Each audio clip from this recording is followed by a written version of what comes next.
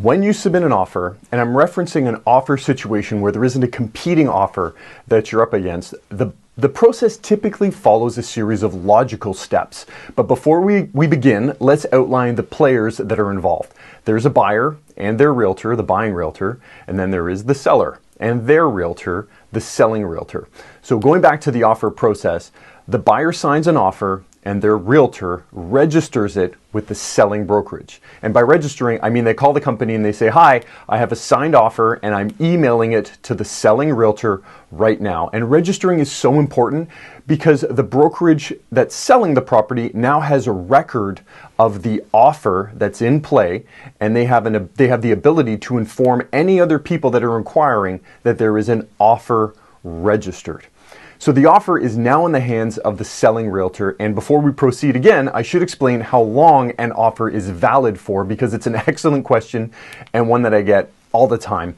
In the GTA, we call this period where the offer is valid the irrevocable time and date. This means that the offer is valid or open to be accepted by one party until X o'clock on X day. And after that time and day, the offer becomes null and void and the process has to be started again. So going back to that offer that we submit, generally one of three things can happen. Number one is that the offer is accepted, meaning the seller likes what they see and they accept the offer the way that it is, which is great. Number two, the seller rejects the offer, and because every offer has an irrevocable time and date that I mentioned earlier, the seller can literally do nothing and the offer will just become null and void at X o'clock at X day. So the buyer submits an offer and says, "Hi seller, this is my offer. You have until 9 o'clock tonight to accept it." And the seller says, "Thanks so much, Mr. and Mrs. Buyer, but I don't like it and I'm not counter-offering the offer," which we can discuss in a whole other video. And 9 o'clock hits and the offer automatically becomes null and void at 9:01 p.m. The buyer in this case might have to rethink their strategy or even find out why the seller didn't consider counter-offering the offer. Did you offend them? Was there something in the offer that they just didn't want to consider? So number three is there is a counter-offer, quite common. The seller says, "Thanks, Mr. and Mrs. Buyer, but I want to change this or I want to change that, like the price or the closing date or something else."